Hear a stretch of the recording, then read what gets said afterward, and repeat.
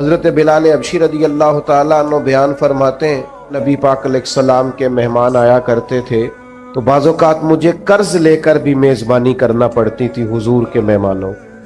ایک یہودی تھے، انہوں نے مجھ سے کہا، اس یہودی آدمی نے کہ یار ادھر ادھر سے جو قرضہ لیتا ہے تو مجھ سے لے لیا کر۔ کہتے اس نے قرضہ دیا، ایک وعدہ ہو گیا اتنے وقت کے بعد تمہیں پیسے دے دوں گا، ابھی وعدے میں 3 دن باقی تھے۔ حضور علیہ السلام مدینہ شریف کے ایک بازار سے گزر رہے تھے، سیدنا فاروق اعظم رضی اللہ تعالیٰ عنہ بھی پاک بارگاہ میں حاضر تھے۔ وہ یہودی آ گیا اور آ کے نبی پاک علیہ السلام سے مطالبہ کرنے لگا، وہ جناب بلال نے قرض لیا تھا واپس کریں، تو حضور نے فرمایا ابھی تو وعدے میں ٹائم ہے، کہنے لگا آپ دیں۔ اور اس نے بڑے سخت لفظ کہے، کہنے والے تو کہہ ہی دیتے ہیں، سننے والے کمال کرتے۔ اس نے سخت جملے کہے۔ حضرت عمر نے تلوار پہ ہاتھ رکھ لیا، نبی کریم فرمانے لگے مسکرا کے، تو میں عمر جلدی نہ کر یار، یہ جو بے چینی ہے نا، بے قراری، آپ نہ لڑائی کر کے فتح نہیں حاصل کر سکتے، بحث کر کے فتح۔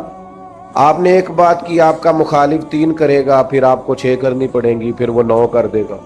تو اس نے ایک بات کی، آپ چپ رہیں، اس نے 2 کی، آپ چپ ہیں، 3 کی چپ ہیں، 4 کی، آخر میں وہ کہے گا اوے تو میں نے پاگل سمجھ لے، اب وہ بولدا کیوں نہیں؟ تو چپ رہ کے تو سامنے والے کو پاگل بھی کیا جا سکتا ہے۔ حضور فرمانے لگے عمر جلدی نہ کر یار، ٹھہر جا۔ حضور فرمانے لگے عمر اس طرح کر، فلاں جگہ پہ کھجوریں پڑی ہیں، اسے وہاں لے جا اور تول تول کے دے کھجوریں۔ حضرت عمر کہتے ہیں میں انہیں ساتھ لے گیا، مجھے ذرا غصہ تھا، وہ نہ مجھ سے تھوڑی تھوڑی باتیں پوچھنے لگا، تو میں کھجوریں دے رہا ہوں، میں توجہ نہیں کر رہا۔ کہنے لگا عمر یار مجھ پہ جلدی نہ کر، میری بات تو سن۔ میں نے کہا بولے؟ کہنے لگا میں عام آدمی نہیں ہوں، تورات کا عالم ہوں۔ عمر کہتے میں نے آنکھ کھولی، میں نے کیا مطلب؟ کہنے لگا میں نے جان بوجھ کے قرضہ دیا تھا اور وقت سے پہلے جان بوجھ کر میں نے مطالبہ کیا، سخت بات بھی جان بوجھ کے کی۔ کہنے لگا میں نے اللہ کے آخری نبی علیہ السلام کی جتنی صفات تورات میں پڑھی تھی وہ ساری نبی پاک میں پائی جاتی ہیں۔ ایک صفت میں نے تورات میں یہ پڑھی تھی کہ جیسے جیسے کوئی جہالت کرتا جائے گا ویسے ویسے نبی پاک کا علم بڑھتا جائے گا، حوصلہ بڑھتا جائے گا، سرکار درگزر کرتے جائیں گے۔